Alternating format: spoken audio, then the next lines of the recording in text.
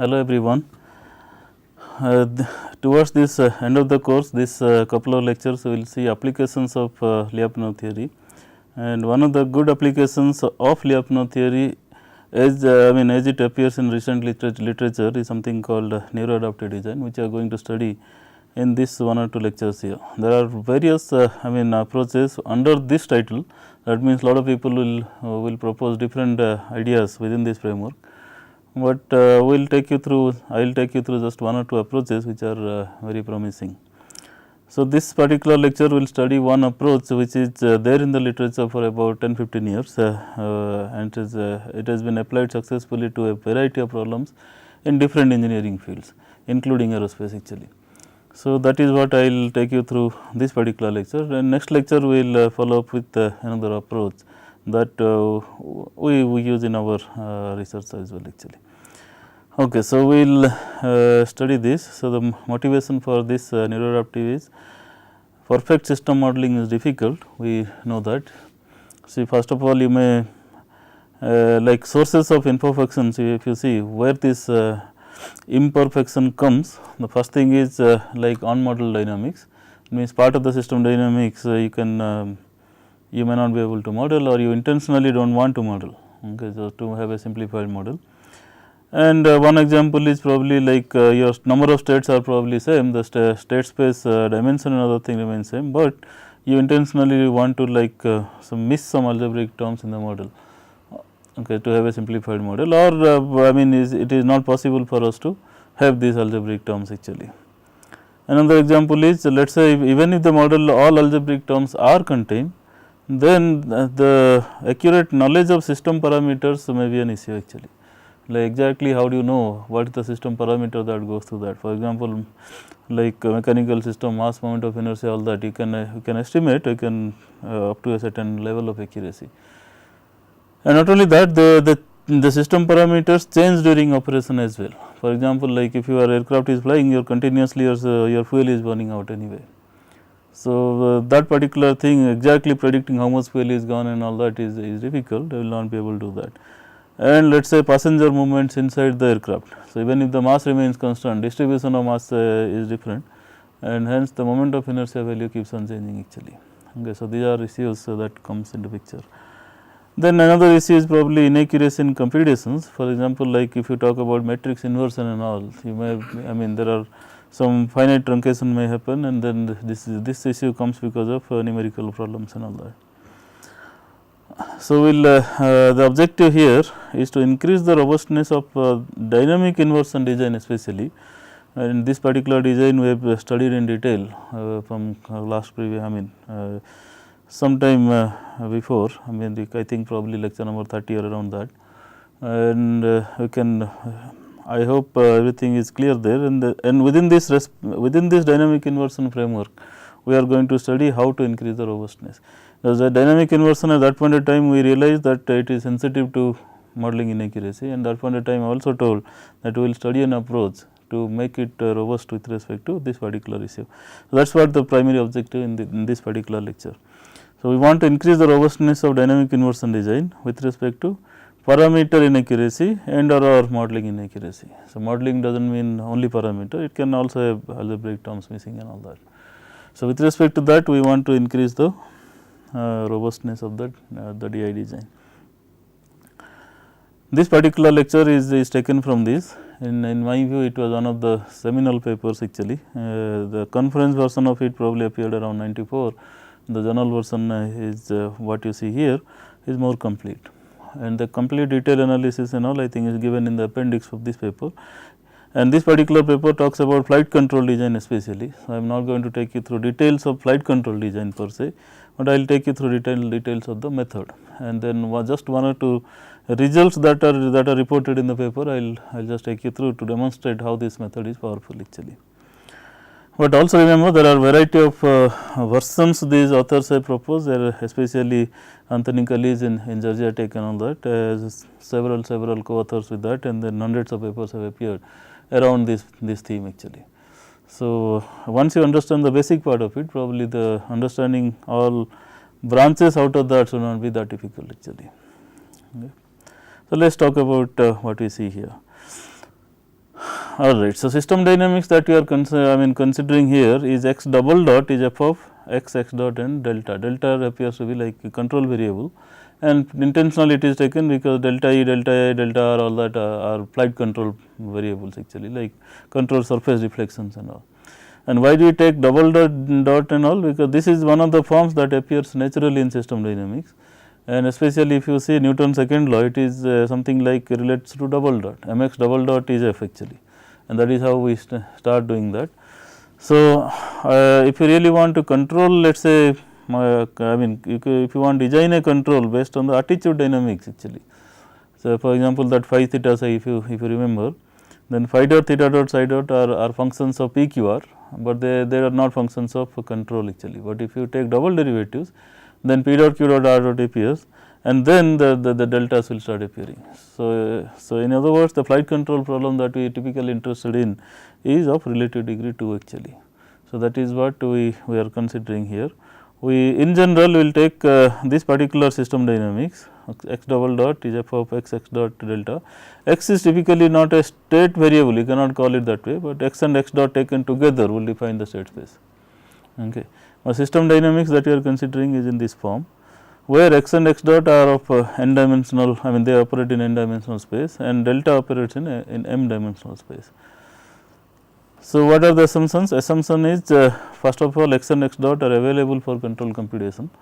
Okay. So, they are available with us to use. Second big assumption is m equal to n, that means it is a square system in the sense that x and dimension of x is equal to dimension of delta here. Okay. Remember, x is just half of the state space, it is not the complete state space actually. Okay. So, x and x dot both are like n dimensional thing, but n is equal to m. So, that means x and delta are of same dimension here, which typically happens in flight control design. If you see phi theta psi is are 3 and delta A, delta E, delta R are also 3 basically. So, that typically happens that way. Also, there is an assumption that f is invertible for all time, and that is what we need for calculating the control for delta. If you know what is the ideal value of f actually, if you know what is ideal value of f, and that is later on it will be defined as pseudo control actually. But if you know the ideal value of f, what it should be, then this is what it is. So, from extracting delta out of that, what it should be is something like an inverse function. So, you need some f is invertible actually. So, what is the objective or goal here, that x should go to x c and x dot should also go to x c dot actually, where x c is the commanded signal. That is, if you remember dynamic inversion, it is something like star actually, x star, but here I will try to be as compatible to the notations as reported in the paper. So, that reading that paper will be also easier for you actually. Okay. So, x goes to x c and x dot goes to x c dot. So, but x c is a commanded signal. Remember, all these are time varying signals actually, they are not constant values and all that. So, how do you do that? Let us say this function is exactly known to us, that means there is no uncertainty and all that. So, that falls in the case of the regular dynamic inversion. And if you really want to have this objective met, then what do you do? We define something like an error is let us say x tilde, which is x c minus x. Either way you can define x minus x c or x c minus x, does not matter really. So, you define x tilde is x c minus x, and we want to design a control delta such that this error dynamics is satisfied. That is what we discussed in dynamic inversion class, right. If it is like E double dot plus k d E dot plus k p E equal to 0 sort of thing, but instead of E we are talking as x tilde. X tilde is the error between x c and x actually. So, if you design delta such that this equation is satisfied, where k d and k p are positive definite matrices, then our objective is met, we know that. Because in that situation both x tilde and x tilde dot will go to 0. If this equation is satisfied exactly, then x tilde and x tilde dot both will go to 0, and hence this both the objectives will be met actually. Alright. So, one way of selecting this Kp Kd being positive definite matrices is you select Kd and Kp both diagonal matrices, and you typically select let us say Kpi Kdi, okay, they are ith element of the diagonal matrix to be positive. And typical way to select it is also like Kdi is something like 2 zeta I omega n I, okay, and k pi is omega n I square. So, that will fall typically to the standard form that we know x double dot plus 2 zeta omega n, right, 2 zeta omega n I mean 2 zeta I omega n I x tilde I dot plus omega n square and all that actually. So, essentially we have discussed all that in the I mean dynamic inversion class, and the way to select the zeta I omega n I are to select for this performance objectives like settling time, percentage overshoot, like that actually. Anyway, coming back, so if you select this error dynamics, and if you know that this system matrix I mean this function is known exactly, then what do you do? I mean we want to design n delta so that this error equation is satisfied. And if this error equation is satisfied, let us say this is the ith element equation actually, and this ith element equation I can expand it that way. So, because remember x is nothing but x c minus x. So, x I tilde is nothing but x c I minus x I actually. So, the double dot remains there actually. Okay. So, I will retain this as it is, these two terms, but this one I will put it into the definition part of it. So, x I tilde double dot is nothing but x c I double dot minus x I double dot. So, that is how it is. I just expanded this particular term. So, now I want to solve for x I double dot. So, this particular term if I see I solve it for x I double dot, and x I double dot turns out to be all these term, this one plus that one plus that one, okay, right. So, if and this particular term, okay, is something that I define as u I, which is nothing but ith component of what they call, I mean lot of people also call it as pseudo control actually. Okay. Why it is not really the control, but what you really want? You want this x I double dot to behave something like this, okay, where this k d and k p are design gains anyway. So, that is something that we are enforcing, this dynamics is something we are enforcing, this is nothing to do with the system dynamics yet. Okay. So, this particular thing is something that we are enforcing, and whatever we are enforcing is nothing but like a control variable actually. So, that is why it is called pseudo control actually. So, if you see this x I double dot is u I, and it was nothing but ith component of the pseudo control. So, if you repeat this exercise for I equal to I mean 1 to n sort of thing, or you can directly start with this definition and directly get big capital X double dot and all that is also possible, right. If instead of going through the ith component, I will start directly from here and then put it this expression back here, that x c double dot minus x double dot is equal to all that, and exactly like what is going on here. And then I will arrive at something like x double dot is equal to u. This u is nothing but pseudo control vector actually, pseudo control variable in general basically. So, remember. So, what you are doing, I mean in dynamic inversion design, the one way to interpret this design is also like, okay, let me design a pseudo control first, because that is what is meant by pseudo control here. Okay. So, if I design it, then okay, this equation is something that I know, this x double dot is f of this, because that is system dynamics, and this x double dot is something equal to pseudo control that I want to design. So, let me equate the two. It is one and the same thing, whatever way we have interpreted before is one and the same thing, just talking in a little bit roundabout way actually. But a lot of people in literature will talk about pseudo control. So, it is better that we know what we mean actually.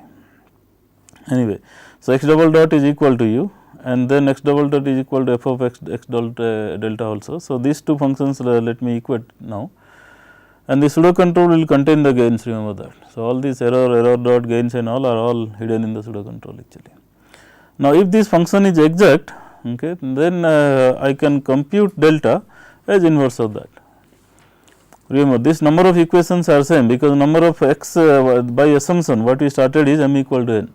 So, number of states, I mean number of x variables are equal to number of x dot variables, and number is equal to number of delta variables. So, what you see here is the dimension compatibility is there actually, the number of variables are equal to number of equations. So, then we will want to solve delta. Okay, how do you solve delta? Symbolically it is represented as f inverse this. Okay. So, that is where we need the third assumption, and we tell, okay, this function what you have is invertible. If it is invertible, I can talk about inverting this actually. And if it is really like control affine sort of thing, the matter is already there for us to know actually. Like this, suppose it is f of x dot plus g of x x dot times delta, then this delta is directly solvable. I mean that is what we have done before.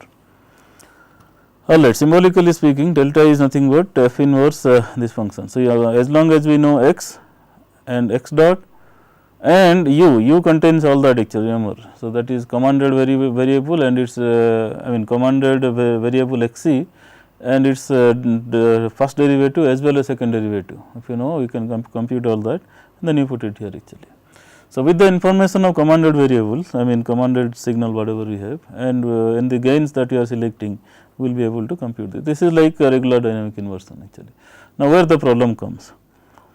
Okay, so, problem comes because of several issues, and one issue is how do I talk about inverse function actually. Okay, in general, I mean if it is a problem function is simple and all that, I can talk about doing an inverse symbolically, but let us say that is not possible in general.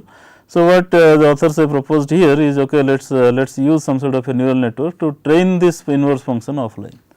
So, I know where my flight dynamics I mean where my flight envelope is. So, within that flight envelope I will train a neural network, and those of you do not know what is neural network, you can think of it like something like a function approximation tool actually. So, this is actually a function delta equal to some function of x x dot u, and you can train this one neural network a priori with the expected values of this x x dot and all that within the domain that you are interested in, and then this inverse function is directly captured using a neural network. This part may or may not be necessary. Suppose you can directly compute delta and your let us say your model of the flight vehicle is in control affine form, then directly you will be able to solve it actually. Okay, so, there is no need of doing this neural network training a priori, but in general it should, I mean it is possible actually. Now, what is the problem? Problem is the model that we started with, this model, there are imperfections because of these issues. Okay, so, that model itself is not good, and then we are also talking about training a network. Okay, any amount of training that you do, this training is never perfect anyway. Any function approximation can never capture a function exactly, there will be some function approximation errors actually. So, these two issues will introduce errors there, and because of which dynamic inversion will not work actually in a very good way. So, how do you improve that actually? That is the problem actually. Okay. So, what we really see here is this, there is an error. Okay. So, can we really cancel that error in an adaptive way? So, we will try to learn that error somehow somewhere and then try to kind of cancel that error. That is the whole philosophy of this neuroadaptive design, and that function approximation or something that learning part will be done in an adaptive theory based sort of thing actually.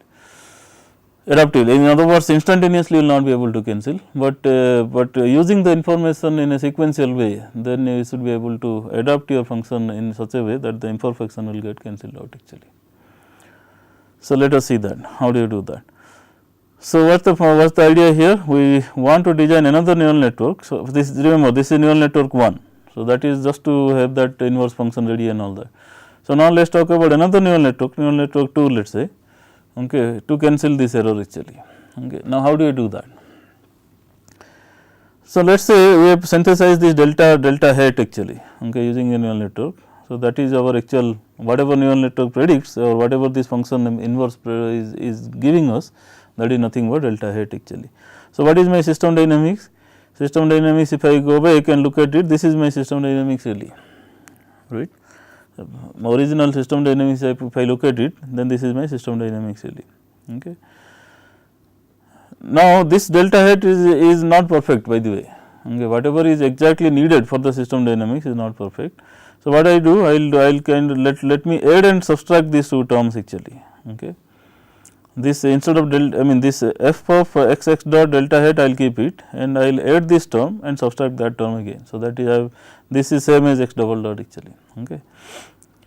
Now, what is this? Now, let me interpret that this particular thing is nothing but my ideal pseudo control actually. My delta is modified in such a way. Now, delta prime delta hat is something that I am computing with this function, but delta is something else actually. Okay. Now, delta is computed in such a way that is nothing but exactly my pseudo control actually. Okay, that is the whole idea there. Then what is the error? Error is nothing but this minus that. Okay, whatever I have here, this minus that introduces some error actually. Okay, so that error I will call that as delta prime. Okay.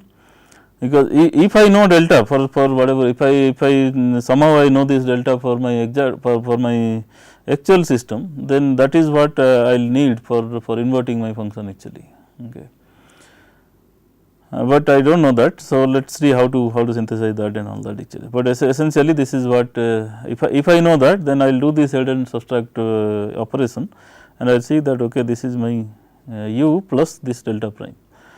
Now, if I what is my my real x double dot? My real x double dot is my pseudo control, ideal pseudo control whatever I should have, plus the error actually, and hence this entire aerodynamics that we started with, this aerodynamics is not satisfied actually. Okay, right? I mean this aerodynamics that we started with is not satisfied, because this is, if it is equal to, I mean that x dot is equal to u, sorry, x double dot is equal to u, then it will satisfy exactly, but it is not u anymore.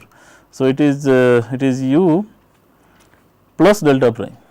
Okay. So, and then hence if you go back and substitute that, this aerodynamics will not get satisfied actually.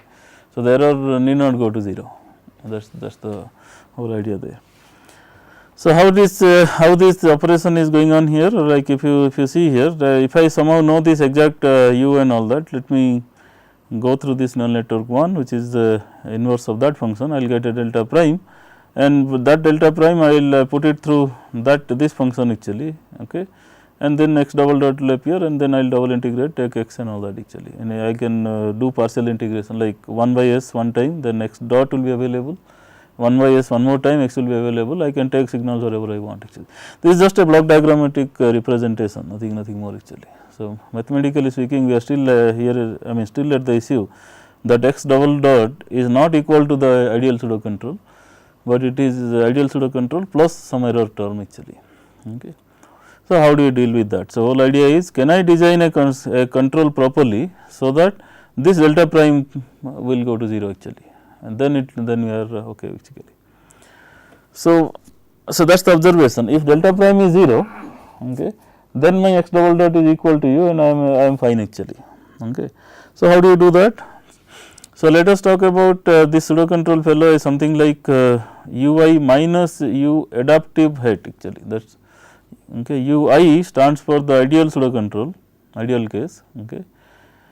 Like if the system dynamics is perfect and all that, under those conditions whatever pseudo control is available to us, that is denoted as the ui, that is all actually. Okay. Then this actual pseudo control what I am talking here is nothing but ui minus another term that I am bringing in here. Okay. This is nothing but adaptive part of the pseudo control actually. So, this will be computed adaptively. So, ui is nothing but the original case sort of thing, that ideal pseudo control part of it, okay, ideal case, and uad hat is adaptive control to cancel the unwanted effect actually. Okay. And because this entire operation, I mean if you see that the pseudo control modification is going on here, and pseudo control is a concept which is applicable to dynamic inversion only. So, the entire philosophy that we are talking here in this class is applicable to dynamic inversion only actually. It does not probably contain the sufficient generality to apply to any other design actually.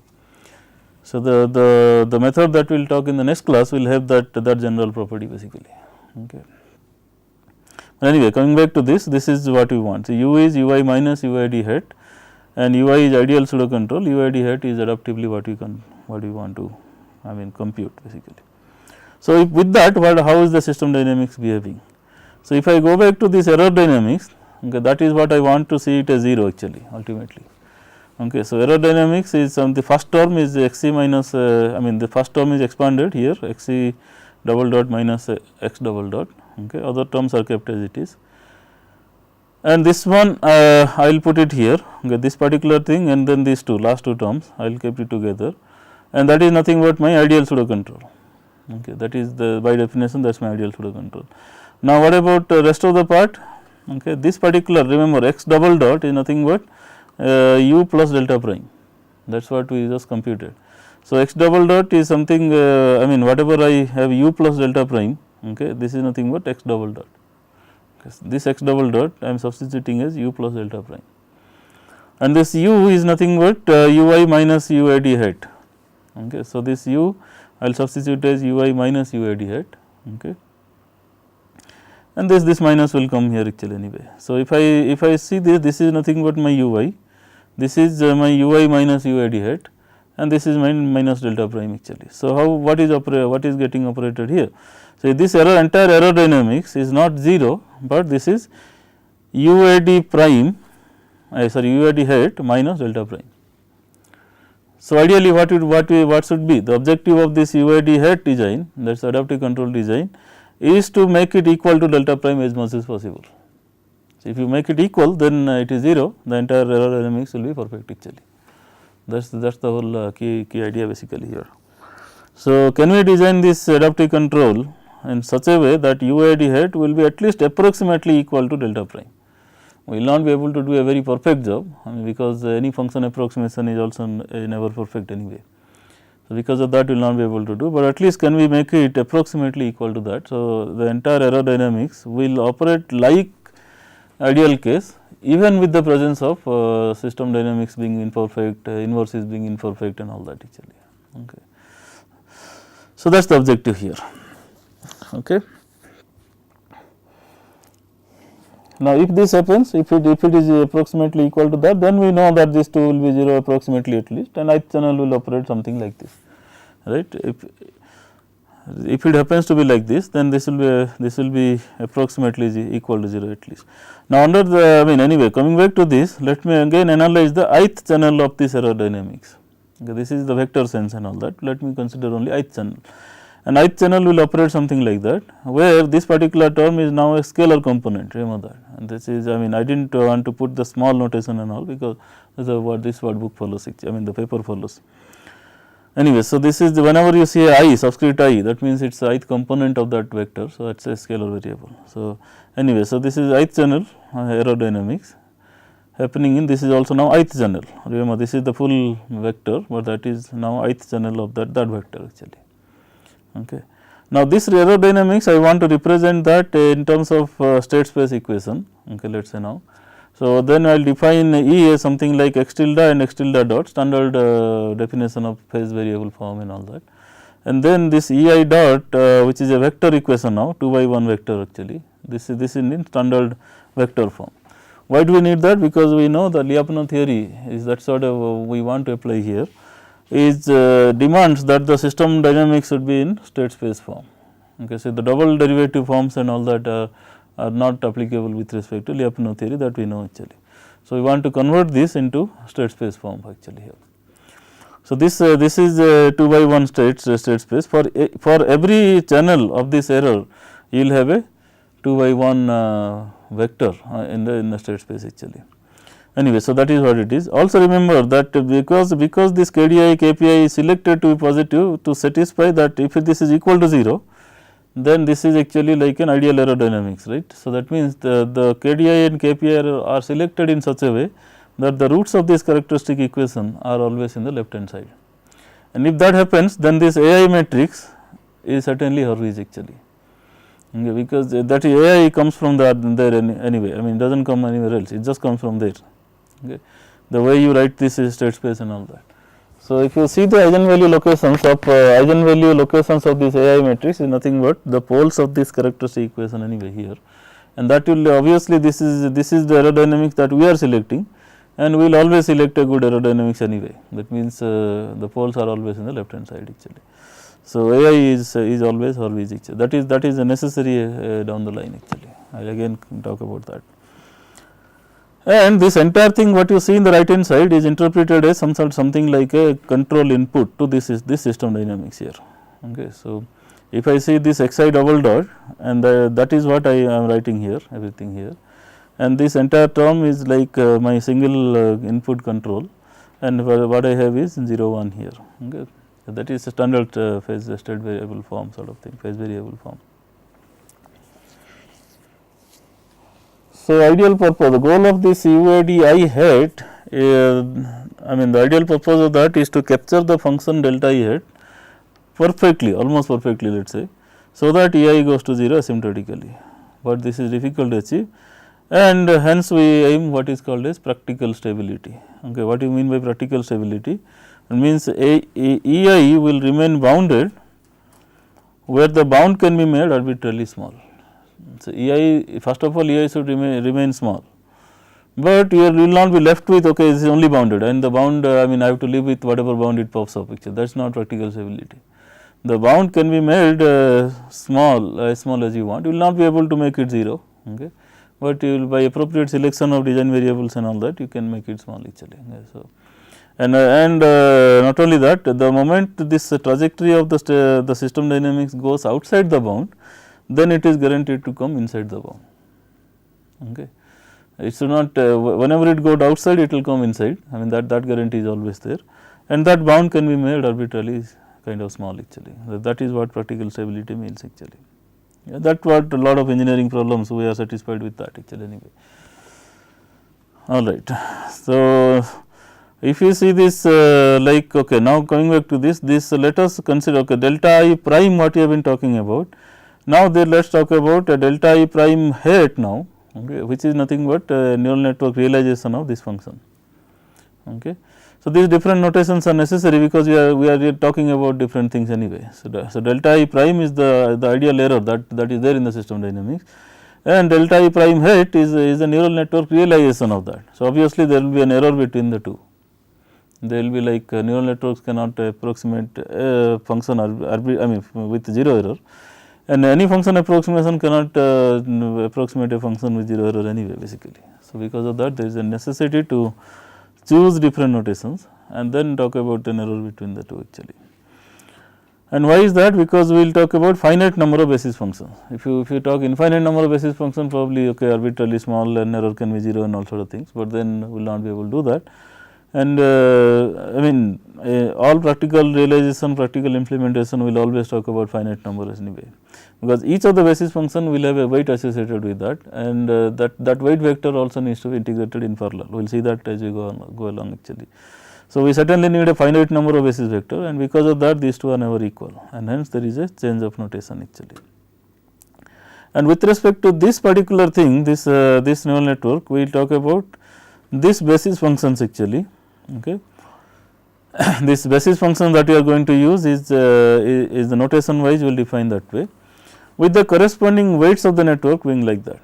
Okay. What is the meaning of that? The meaning is this approximation of this function that I am talking about can be represented as something like that. Something like okay, in the ith channel it is something like okay, if I forget like that, this is like j equal to 1 to some finite number n that we are talking about here.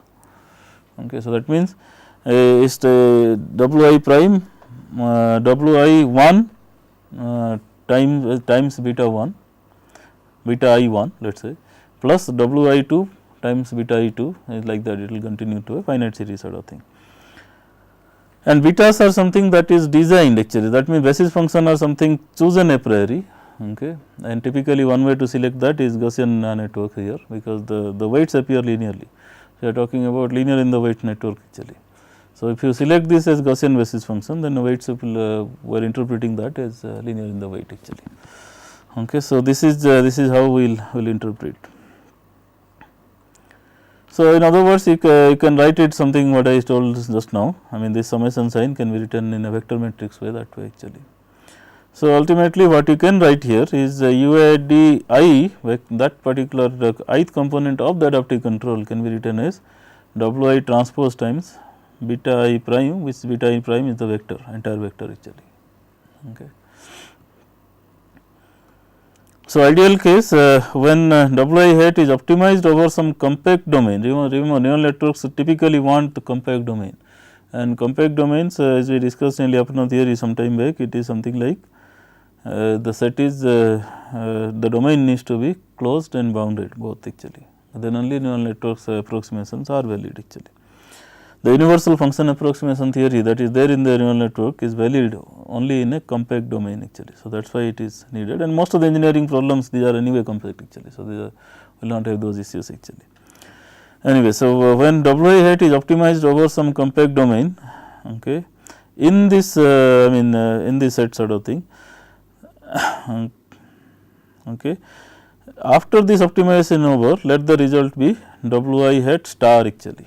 Okay. So, that is the very optimal weight after the training is done. Okay. in that sense what will happen, this delta I prime hat star, that is the notation that I will use. Okay. This star is nothing but the ideal function function that is captured, more than that we cannot do. Okay. That is the best thing that we can always do actually. That is something that goes with W I star now, that is the optimal weight actually. Okay. So, that is how I will write it actually, and obviously W I star, W I hat star is something that we do not know, and if we know, I mean directly we will select it and then problem is over, we do not need adaptive capture actually. So, the problem, I mean we know that there exists some weight W I hat star which is ideal, but the value is something that we do not know. So, obviously in an adaptive way we want to go there, we want to approach that W I hat star as much as possible actually. So, in that case this delta I hat prime star is given like that, and this error between these two will remain something very small actually. Okay. So, that is the ideal error of the function approximation, okay, the epsilon I what you are talking actually. So, all right. So, I mean the whole idea is the actual UID hat is given by something like WI hat transpose times beta I prime, and ultimately we will be able to, at the maximum we can go to this WI hat star, and in that sense we will have some function which is delta I prime star hat, and these two fellows will have some errors in between, and which error is that is the ideal function approximation error which are denoting as epsilon I. So, again this algorithm, some sort of a pictorial diagram is something given like this, and I will not discuss too much on that. I mean you get this commanded thing, then you formulate the error, then you pass it through that function, you get this PD part of it, and then you get a adaptive control, then you add and subtract both of that, add XCI double dot also. This one will go through this neural network 2 which is online, this one will go through the I mean this offline thing where this is not shown here, this will go through the, I mean once this is realized, you will take the appropriate signal and then pass it through the offline signal to get the real control actually. So, that part is not shown here. Anyway, that is a function, that is just a pictorial diagram sort of thing, but you can note that epsilon I depends on the following. That means well, this is a spelling error here, it is size of the network. Okay. All right. So, n is I mean epsilon I, the ideal error actually depends on size of the ith network, the choice of the basis function, and accuracy of the neural network. Okay. What is now? No. Okay, let me, this is not required. Okay, and essentially the third depends on first two anyway. So, that first two are primary. So, size of the network and choice of the basis function. Okay. So, that will ultimately dictate how much is a neural network accurate actually that way. So, be careful while selecting the basis function, that is the message actually. Oh, again that is there, okay, forget it. This is same thing repeated, so we will not be able to talk actually. Okay.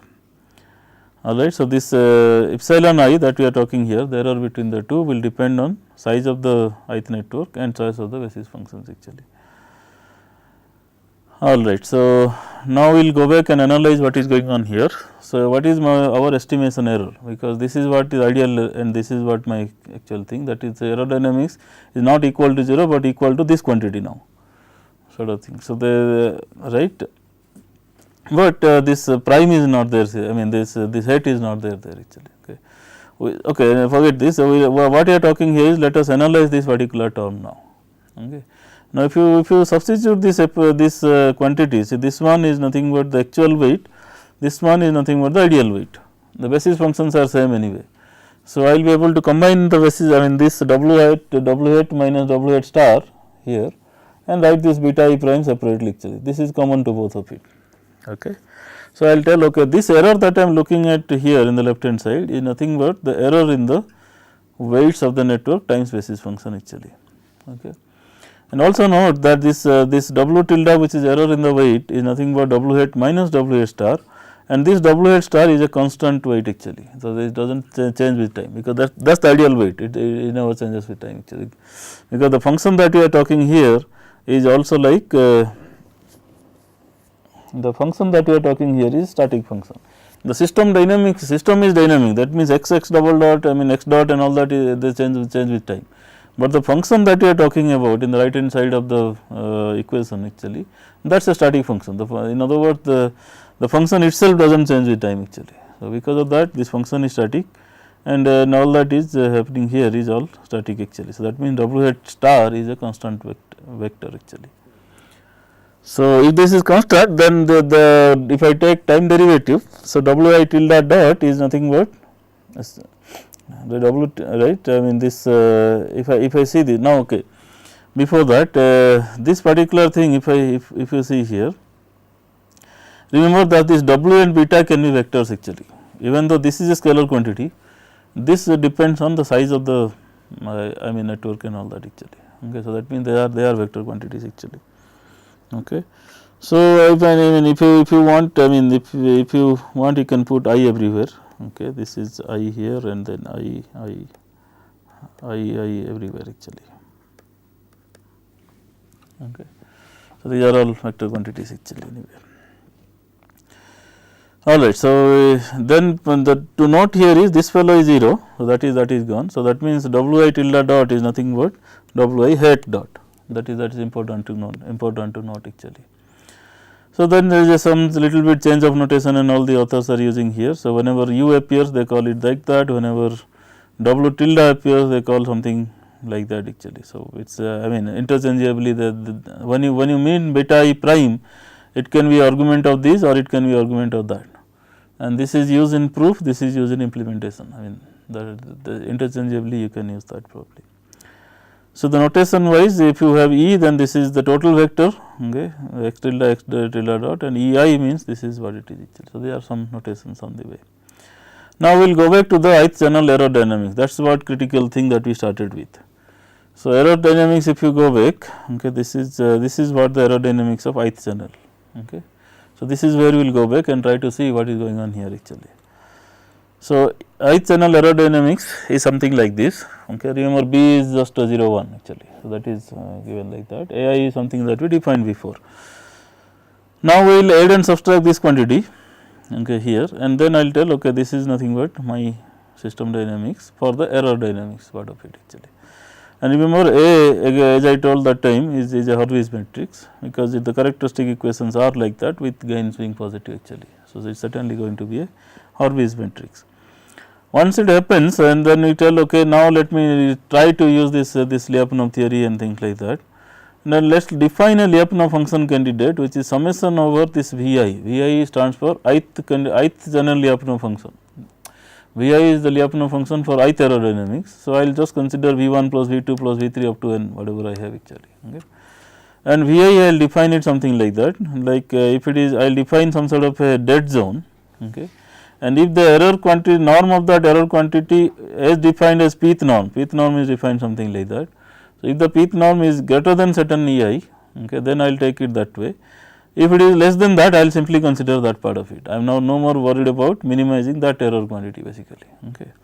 If it is greater than that, I will define Vi to be like that. If it is less than that, I will simply consider that part of it actually. And also remember that by design, okay, this is actually continuous. Vi is actually a continuous function at the boundary actually. Okay. If you consider that what happens equal to this Ei, suppose actually equal to Ei means that is what it is actually, right, isn't it. So, if it is like that, is that. So, when I mean if you see in a limiting sense, when Ei goes to 0 sort of thing, then it will then what will happen when Ei approaches this boundary of this domain, then obviously it will touch that. So, that there is a continuity there actually that way by design. Alright. So, now what is this Pi that we are talking about? This Pi is again a positive definite matrix which is actually a solution of this Lyapunov equation, and this Lyapunov equation will admit a positive definite matrix because Ai is Hurwitz.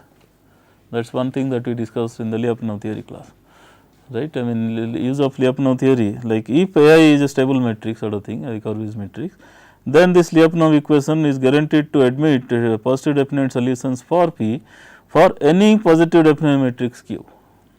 Okay, that is the theorem that we studied there actually.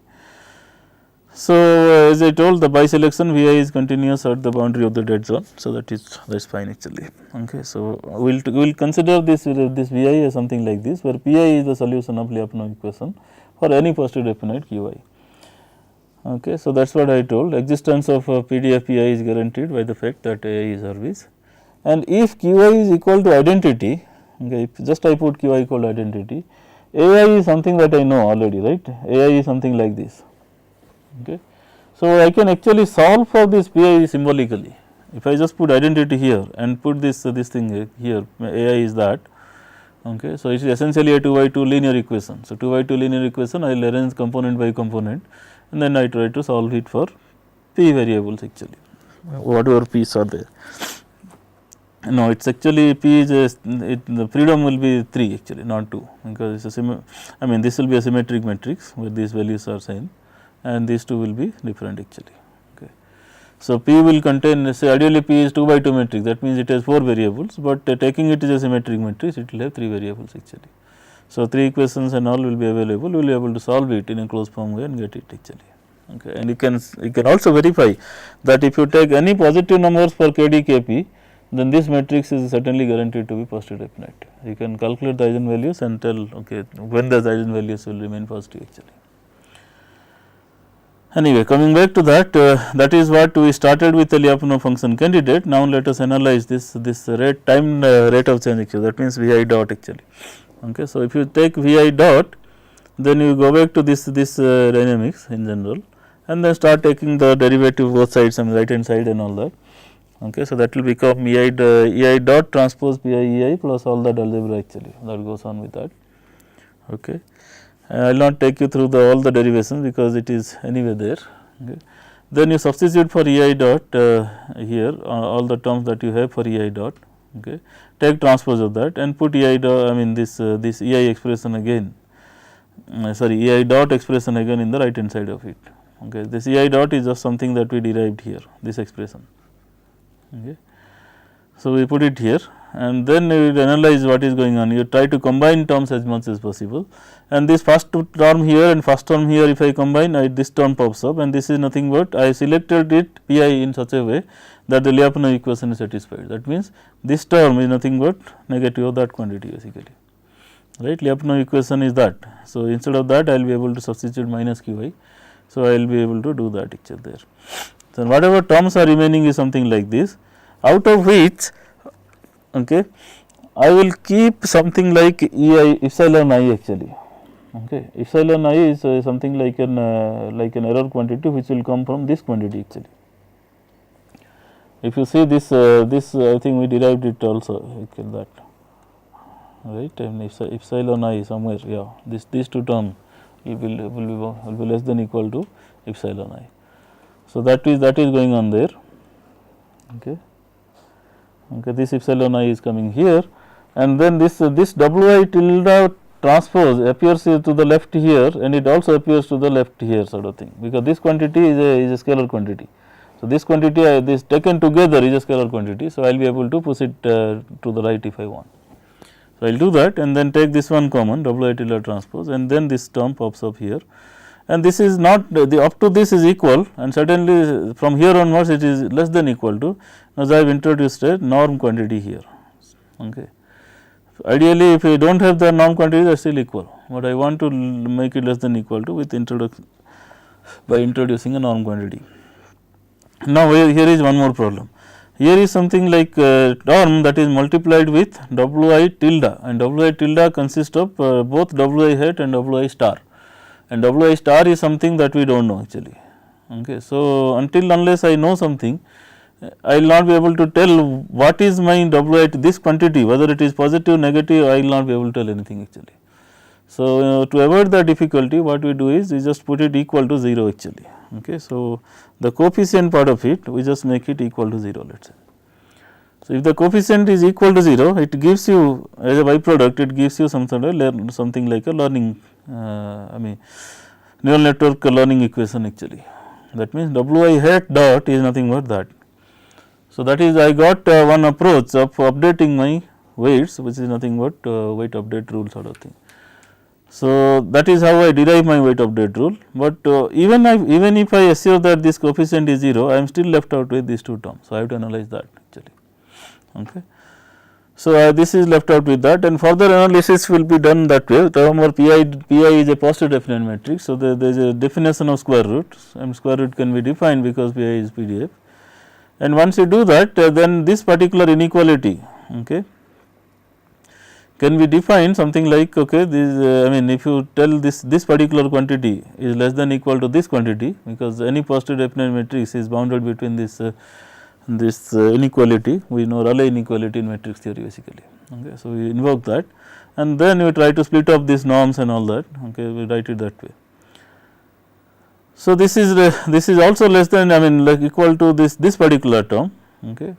So, we invoke that one also, and then tell, okay, if this norm what you see here is greater than equal to that quantity. Okay. So, carry out this little bit algebra out here in the sense of this Rayleigh inequality matrix norm, all that, and then you tell, okay, Vi dot is less than equal to that particular quantity. I mean, it feels little bit involved, but it is not once you sit down with the equations actually. You do it one by one term and try to understand one equation at a time, it will not be that difficult.